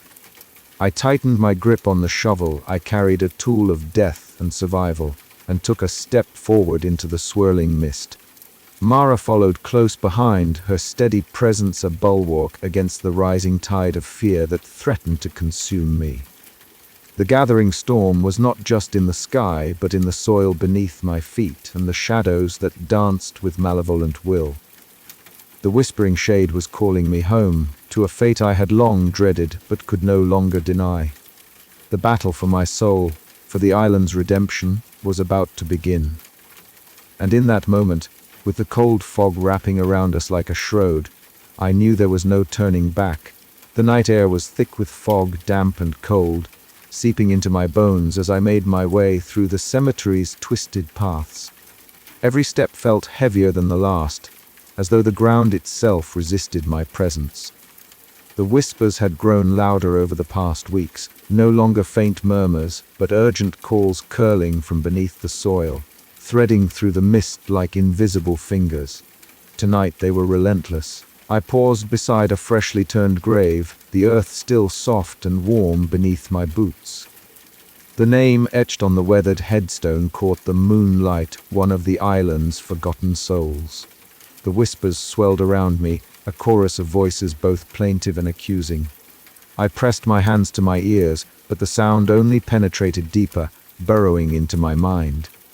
It was no longer just voices, it was a force pulling at me, tugging me toward the ground, toward oblivion. I tried to step back, but the earth beneath my feet seemed to pulse, a slow, rhythmic breathing that matched my faltering heartbeat. The fog thickened, swirling around me, turning the world into a blur of shadow and sound. Shapes moved at the edge of my vision, shifting masses of darkness with eyes that gleamed faintly like dying embers. The whispering shade was here, its presence palpable, crushing. My legs buckled, and I fell to my knees, gasping for breath as a cold weight pressed against my chest. The soil seemed alive, crawling up my arms, seeping into my clothes, pulling me downward. Panic surged through me, but I was trapped in a nightmare from which there was no escape. The voices overlapped, chanting my name, whispering of death and surrender. Just as the darkness began to consume my vision, a voice pierced the chaos, clear, commanding, and fierce. "Elias!" Mara's figure emerged from the mist, her eyes blazing with determination. She knelt beside me, grabbing my arm and holding me upright. Her grip was steady, a lifeline in the sea of despair. "Fight it, Elias," she urged, her breath visible in the cold air. "You are stronger than it wants you to believe." I clung to her words, though my body trembled with exhaustion and fear. The whispering shade recoiled, its glowing eyes narrowing as it retreated into the fog. But the menace lingered, a promise that this was far from over. As I caught my breath, fragmented memories flickered through my mind, Lily's laughter echoing on a summer afternoon, the sudden crash, the cold silence that followed. The guilt that had gnawed at me for years now burned with renewed intensity. But alongside it was something new, a fragile ember of defiance. I looked at Mara, gratitude and resolve mingling in my gaze. The battle was not just for my life, but for my soul, for the chance to break free from the shadows that had haunted me for so long. The cemetery's grip was deadly, but I was not yet lost. The fog whispered around us, a sibilant reminder of the darkness still lurking beneath the earth. But in that moment, with Mara by my side and the will to fight ignited within me, I dared to hope. The graveyard was alive, and it wanted me dead. But I would not go quietly into that endless night. The fog hung heavy over the island cemetery, a thick, suffocating cloak that swallowed sound and light alike. I stood alone by Lily's grave, the cold earth beneath my boots seeming to pulse faintly, almost like a slow, uneven heartbeat. The whispers had grown louder tonight, no longer faint murmurs but a chorus of voices rising and falling in a haunting rhythm. Yet amid the cacophony, my own name rang clear sharp, accusing, impossible to ignore. I clenched my fists, dirt-streaked and trembling, and stared down at the weathered headstone carved with my sister's name. The letters were worn by time and rain, but to me they bore the weight of every regret I had carried since that terrible day. A day I had tried to forget, but that the island, this cursed place, refused to let me escape. The memory surged forward, vivid and unrelenting. Lily had been laughing that afternoon, her bright eyes sparkling with the careless joy of youth. I remember the way the sun had caught her hair, turning it into a halo of gold. Then the accident, the slip, the scream, the cold plunge into the dark waters. I had tried to save her, but my hands had been slow, my heart slower still. She was gone before I could reach her. Guilt had been my shadow ever since, a weight heavier than any grave I'd dug. It had driven me away from the island once, but the whispers pulled me back, like chains forged from sorrow and silence. Now, as the night pressed down around me, I realized the only way to break free was to face the truth no matter how painful. "Lily," I whispered, voice cracking. "I'm sorry, I'm so sorry." The air shimmered, and for a moment, the fog parted to reveal her. Not as she was in life, but as a spectral echo, pale and trembling, eyes soft with sadness, but touched with something else, forgiveness. She reached out, a fragile smile flickering on her lips, a candle's flame in the darkness. "Elias," she said, voice like a breath on the wind. "You are not alone."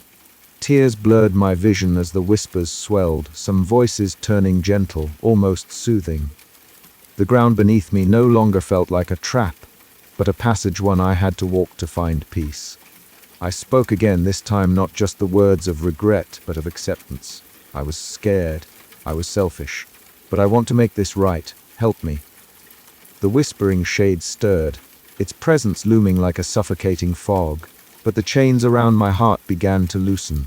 The island's darkness seemed less absolute, the night less endless. I knew the fight was far from over. The curse was ancient and cruel, and my sins were not easily forgiven. But in that moment, beneath the whispering soil and the watchful eyes of ghost and fog, I took the first step toward breaking free. The weight of my guilt still pressed down, but for the first time in years, it felt possible to carry it without being crushed. As the vision of Lily faded back into the mist, I whispered a promise. I won't let this place claim me. Not yet. The air grew still, the whispers softened, and the night held its breath. The island was waiting, watching, and so was I. The graveyard that breathed in sleep was alive, but perhaps so was I, and that made all the difference. The night was thick with fog, each breath I drew tasting damp and cold, like the earth itself had exhaled its sorrow into the air. Mara and I stood in the center of the cemetery, surrounded by weathered stones whose inscriptions had long since blurred into indecipherable marks. The moon was absent, swallowed by a blanket of clouds that swallowed the island's faint light entirely, leaving us in a darkness so complete it felt alive. Mara knelt carefully on the damp ground, her fingers deftly tracing shapes in the dirt. I watched as she drew the ancient symbols, shed uncovered in the dusty pages of that old diary, a language of the island, whispered down through generations, believed to hold power over the restless dead. Her chalk glowed faintly, neon blue against the earth, illuminating the circle of runes around us in the eerie half-light. "This is the boundary," she murmured, her voice low and steady despite the tension wrapping around us like the fog. I nodded, swallowing the lump in my throat. The whispers had grown louder these past nights, their insistent call clawing at the edges of my sanity. To stand here now, preparing to challenge the malevolent force that had haunted me for weeks, felt like walking straight into a nightmare I couldn't awake from. "Are you ready?" Mara asked, looking up at me with sharp eyes that reflected determination rather than fear. I clenched my fists, feeling the grit and coldness of the soil beneath my nails. I have to be, for Lily, for this island. She handed me the brittle pages from the diary, the incantation written in faded ink that twisted and curled like the branches of the island's ancient trees. The words felt foreign on my tongue, heavy with meaning and danger. I took a deep breath and began to speak, my voice barely above a whisper at first. "By the sorrow of those lost and the weight of the forgotten, I call upon the light to sever the chains that bind us all." As I continued, the ground beneath us seemed to pulse, the soil shifting subtly, as if the earth itself was listening, responding. The whispers that had tormented me for weeks swirled around our feet, a chorus of voices rising and falling like the tide. Fear gripped my heart. Was the whispering shade angry? Was it gathering strength? Mara stepped closer, her hand finding mine. The warmth was a lifeline, grounding me amidst the encroaching darkness. "Keep going," she urged. The wind picked up suddenly, cold and sharp, carrying with it the scent of damp leaves and decay. Shadows flickered at the edge of the circle, amorphous and shifting, eyes glowing faintly in the mist. I could feel the shade's presence, a suffocating weight pressing down on my chest, trying to drag me under. But I held on, my voice growing stronger despite the trembling in my limbs. We were fighting not just for ourselves, but for every soul trapped in this cursed place. As the final words left my lips, a hush fell over the graveyard. The whispers faltered, then faded, leaving a silence so profound it pressed against my ears. The fog seemed to thin, the heavy air lightening just enough to let in a sliver of dawn's first pale light. Mara exhaled slowly, releasing the tension I hadn't realized I'd been holding. "It's not over," she said softly, "but we've broken the cycle. For now." I nodded, the weight of exhaustion and relief washing over me. The island was still scarred, still heavy with sorrow, but tonight, The graveyard had finally ceased its relentless murmuring.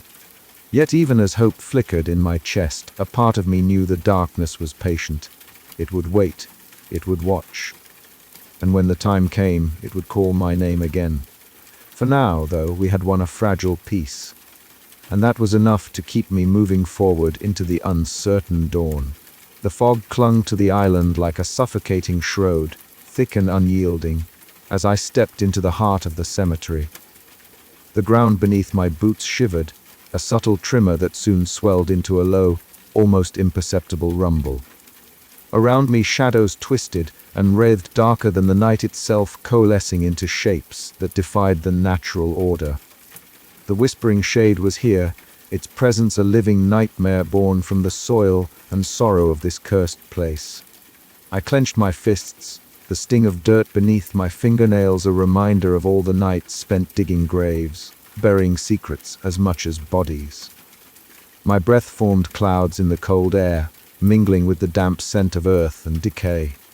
The shade's eyes glowed faintly through the mist pools of malevolent light that seemed to peer into the very marrow of my bones. Elias. The voice slithered through the fog, a susurrus of whispers threading together into my name, each syllable dripping with malice and promise. Come to us. Rest with us. I forced my legs to move forward, despite the gnawing dread clawing at my mind. The shade stretched out tendrils of shadow, reaching for me like the fingers of the dead, cold and relentless. But I would not give in, not tonight. From the edge of the graveyard, Mara's voice rose, steady and resolute. She stood amid a circle of stones, her hands weaving intricate patterns in the air as she intoned an ancient incantation. The words felt like a bomb and a battle cry, piercing the oppressive silence. The whispers recoiled, entangled in her chant, as the fog swirled violently, responding to her will. "Hold on, Elias," she called, eyes blazing with fierce determination. "You re not alone." The shade hissed in frustration, the shadows writhing with renewed fury. My vision blurred, and suddenly I was no longer just in the cemetery. I was back in that sun-dappled clearing where Lily had laughed moments before the accident, her smile radiant, innocent. Then the scene shifted, darkening into a twisted tableau of silence and loss. Her ghostly form flickered before me, eyes wide with unspoken questions and silent accusation. "I'm sorry," I whispered, voice cracking, tears mingling with the cold mist on my cheeks. "I should have saved you." Her apparition wavered, the anger in her gaze softening into something like understanding or perhaps forgiveness. But the shade was relentless, feeding on my torment, its shadows swallowing the light. Summoning every shred of strength, I shouted into the night, "I accept it. I accept my guilt." But I refuse to be your prisoner!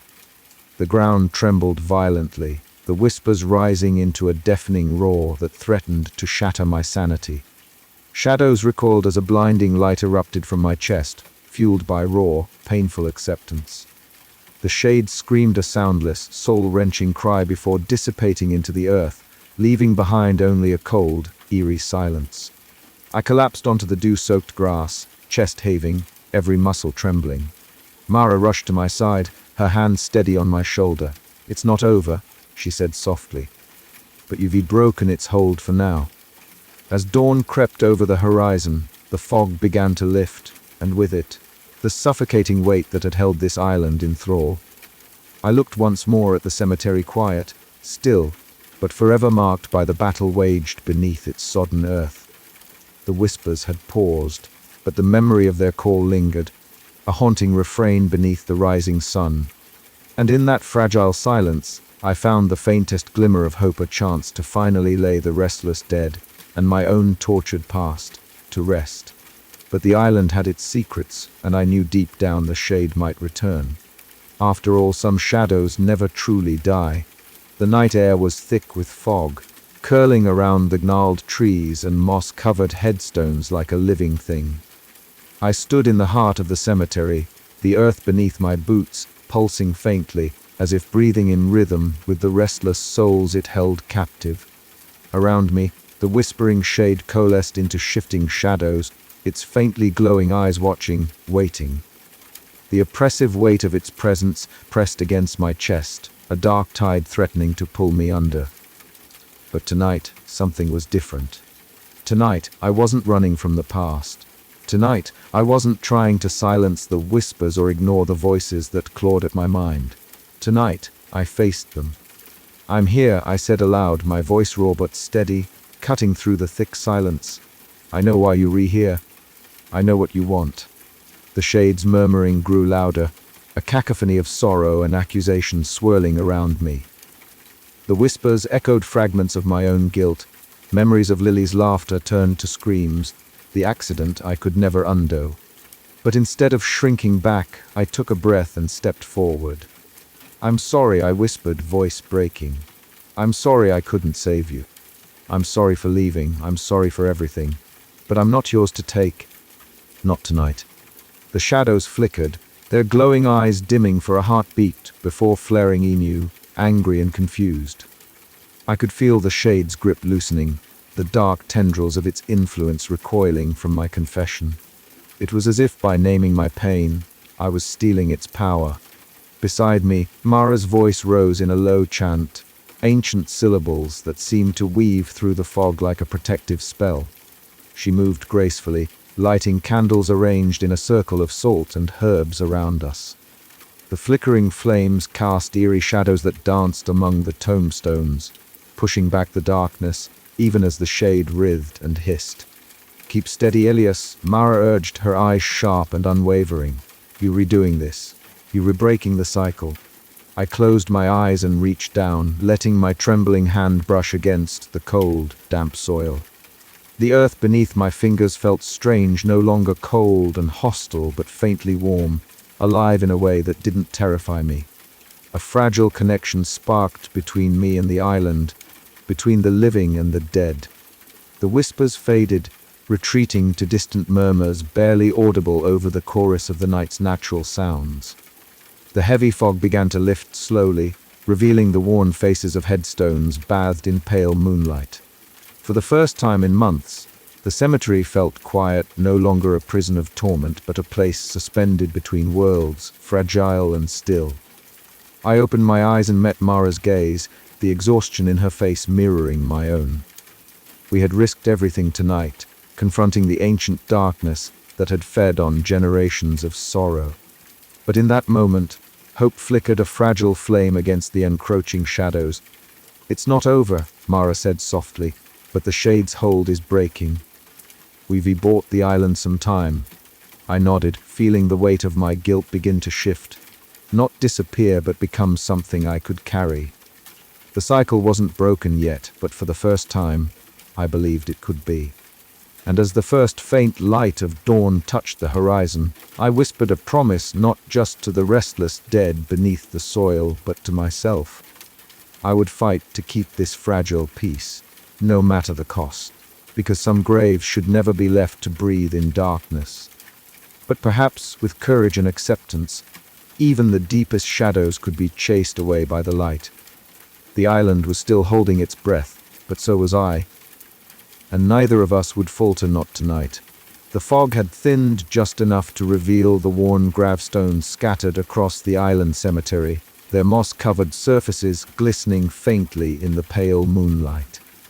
I stood motionless amidst them, the chill biting through my threadbare coat, my gaze fixed on the ground beneath my feet.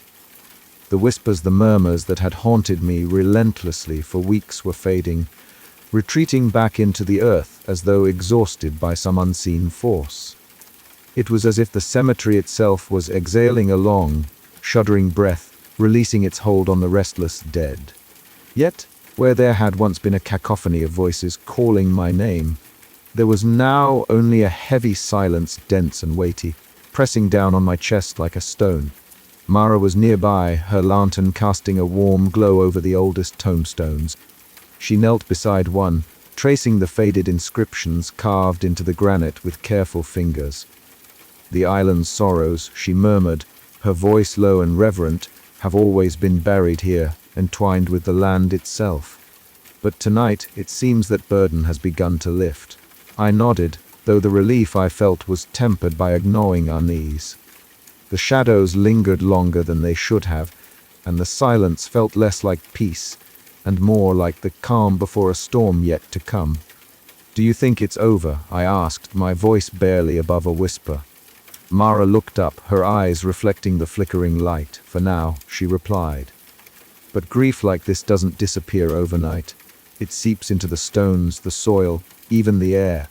We've quieted the shade, but we haven't erased the pain." A cold wind swept through the cemetery, carrying with it a faint echo like a sigh from the past. The whispering was gone, replaced by a soft rustling of leaves and the distant crash of waves against the rocky shore. I shivered, not from the cold, but from the weight of all I had witnessed. The malevolent presence that had gripped the island for so long was retreating, but the scars it left behind remained etched deep within the earth and my soul. I made my way slowly to Lily's grave, the rough stone chilled beneath my fingertips. The name carved, there was a constant reminder of my failures, and the guilt I had carried like a shroud. Tonight, though, as I closed my eyes and whispered her name, I felt something shift, a fragile thread of peace weaving through the darkness. "Goodbye, Lily," I said softly, my breath misting in the cold air. "I hope you can finally rest." The silence that followed was profound and absolute. For the first time in what felt like an eternity, the graveyard that once breathed torment now lay still, its whispers faded to a memory. Yet, even as I turned away, a part of me knew the island's story was far from over. The shadows might sleep, but beneath the surface, the past waited patiently, ready to stir again when the time came. And as I left the cemetery, the weight of lingering dread settled around me like a cloak, reminding me that some ghosts never truly disappear. The night closed in, and the fog began to creep back over the island, swallowing the light and the silence alike. But for now, the graveyard was quiet, and I was free, if only for a while.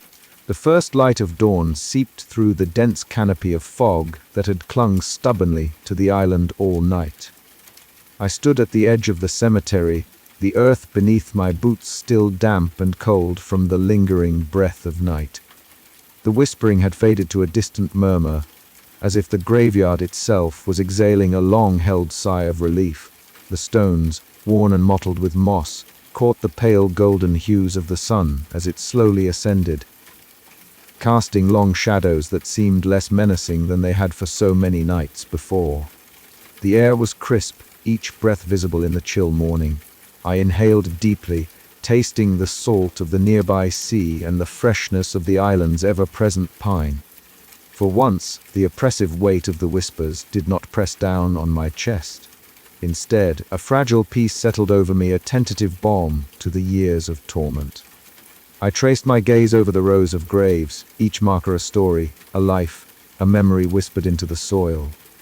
Among them was Lily's resting place, simple and unadorned. Yet to me, it was the center of a storm that had raged inside my heart for too long. I felt the old ache, the guilt that had clawed at me since the accident, but now it was tempered by something new: acceptance. A crunch behind me pulled my attention. Mara appeared from the path leading to the village, her dark hair pulled back in its habitual knot, eyes sharp yet softer than usual. She carried a small basket, the scent of herbs and bread wafting faintly in the cool air. "Morning," she said quietly, approaching. "Looks like the island's giving us a break." I nodded, motioning for her to join me by the ancient oak that marked the cemetery's boundary. We settled on a fallen log, the damp wood cool beneath us but steady. As we shared the simple meal, the silence between us was comfortable, punctuated only by the distant cries of gulls and the soft rustle of leaves stirred by a gentle breeze. It's strange, Mara mused, breaking the quiet. After all this time, the whispers have lessened. Not gone, but more like a fading echo. I think it's because I stopped fighting them, I admitted.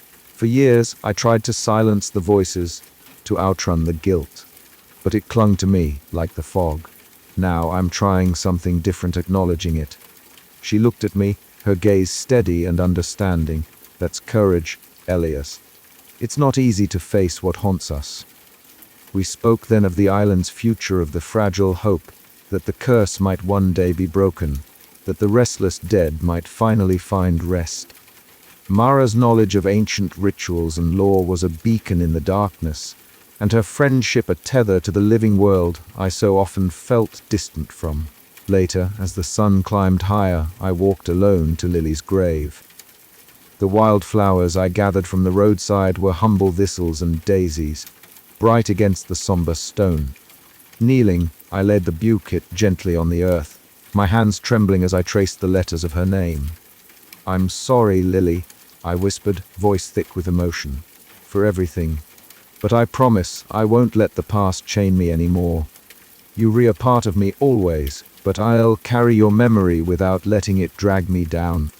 The breeze stirred, carrying with it the faintest hint of a whisper, soft, distant, almost like a sigh.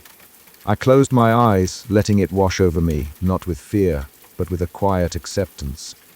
The island was still scarred, its history etched deep into the soil and souls of those who lived or died here.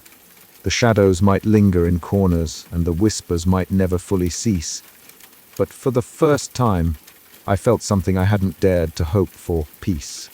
Not the kind that erases pain or forgets loss, but the kind that embraces it and makes room for healing.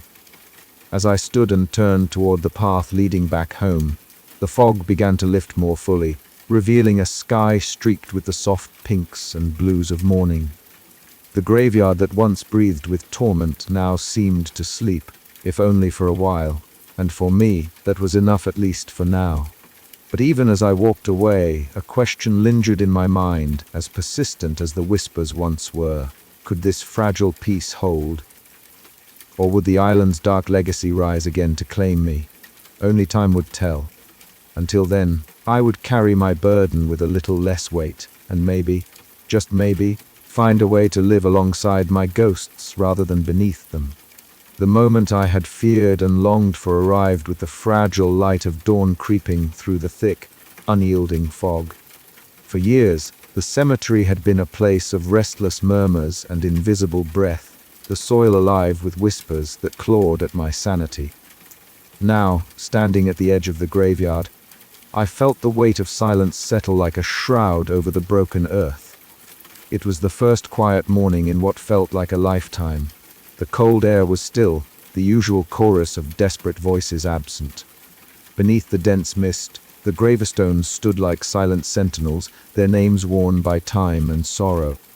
I traced my gaze over the freshly filled grave where the whispering shade's final resistance had been broken. The earth beneath my feet no longer heaved or sighed. It was still, as if the graveyard itself had finally exhaled its last breath.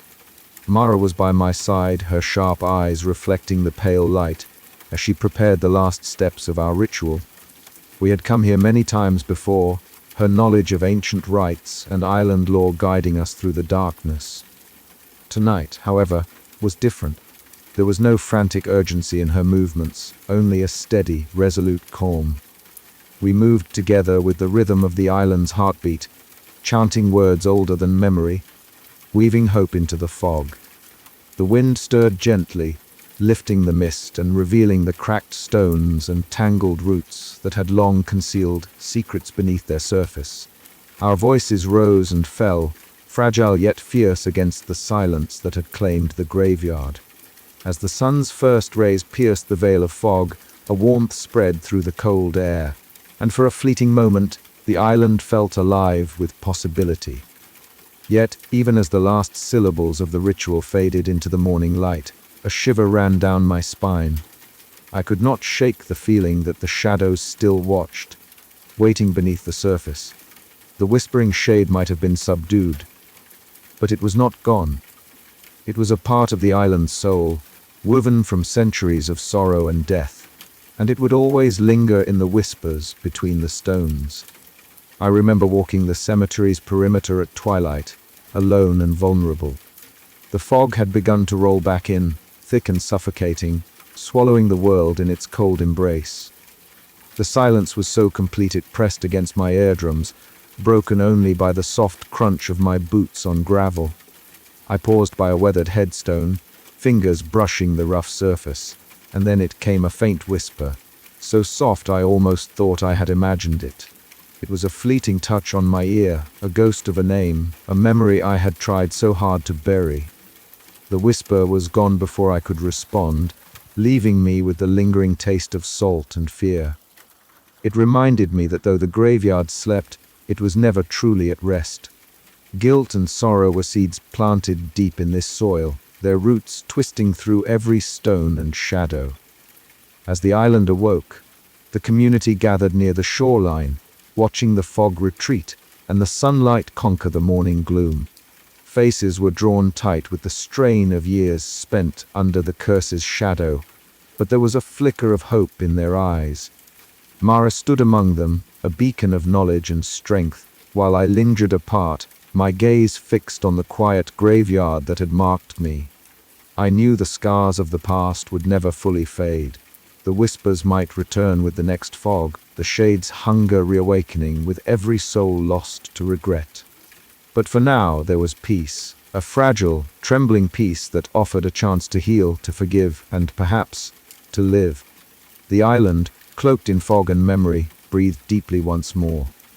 And as I turned away from the graveyard that had claimed so much of my life, I carried with me the weight of sorrow and the light of hard-won acceptance. The dead were quiet, the earth still, but the story was far from over. The shadows watched, always watching, and I would be ready. The graveyard that once breathed in whispers now slept beneath the mist. But in that sleep, the promise of dawn held the fragile hope that even in the darkest places, peace could be found if only for a moment.